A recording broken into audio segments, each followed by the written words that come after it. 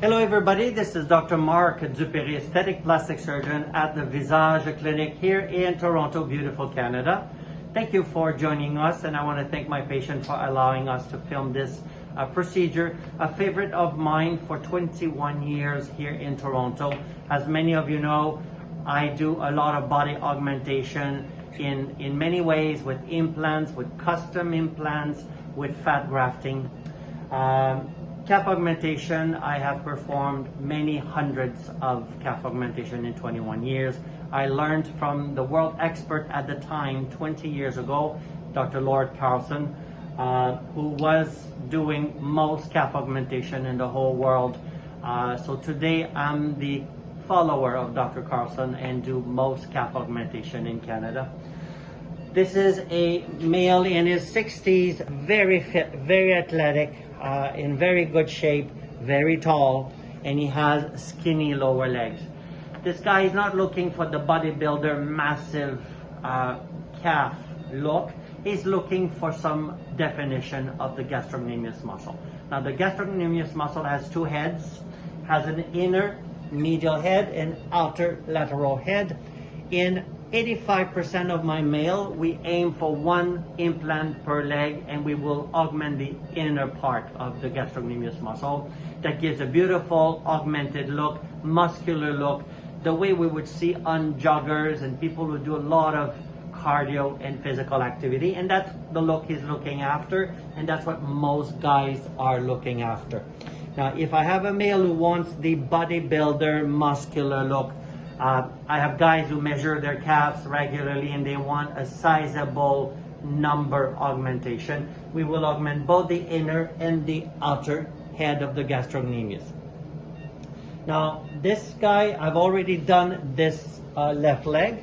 You can see the beautiful roundness of the augmented look.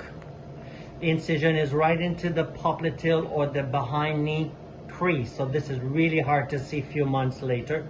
This has not been augmented. You can see how skinny that leg is compared to this one.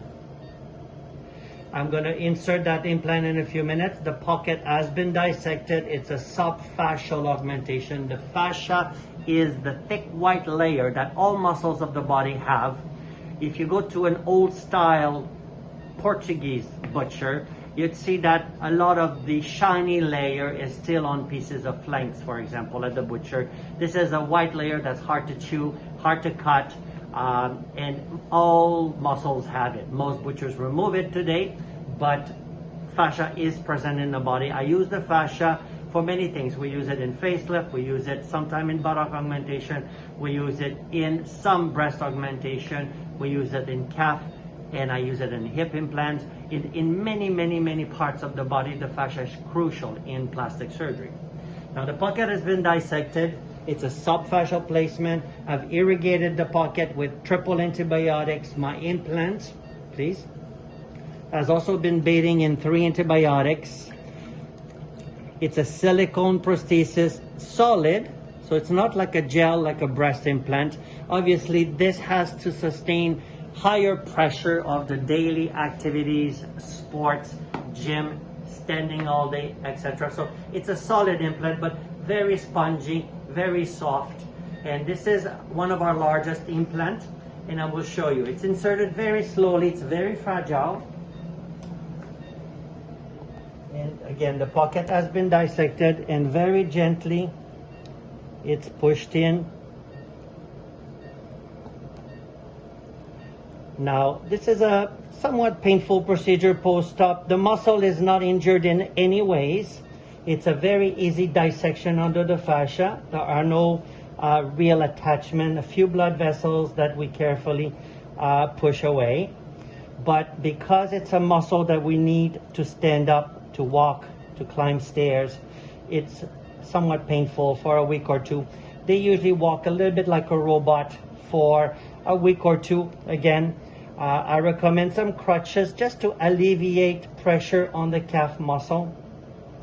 Driving is an issue, so they have to refrain from driving while they are on painkillers, but also until the pain is gone, because we need that muscle to press on the brake and accelerator of a car. Now, what's going to happen is because of the pain, his muscle, he will not be walking normally, will not go to the gym for about 2 months. His own muscle will shrink a little bit from lack of activity. Then when he resumes his normal activities, the muscle will grow again and the fascia will expand. So the augmentation you're going to see today is only part of what he's going to get in 2 to 3 months when the fascia expand. You can come out.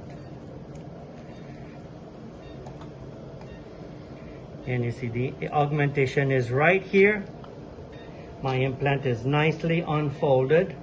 You saw me, I inserted it like a little cigar, and that's the beauty of that soft implant. And I go according to my markings. And this is calf augmentation. Again, calf augmentation is one of my favorite procedures. I've been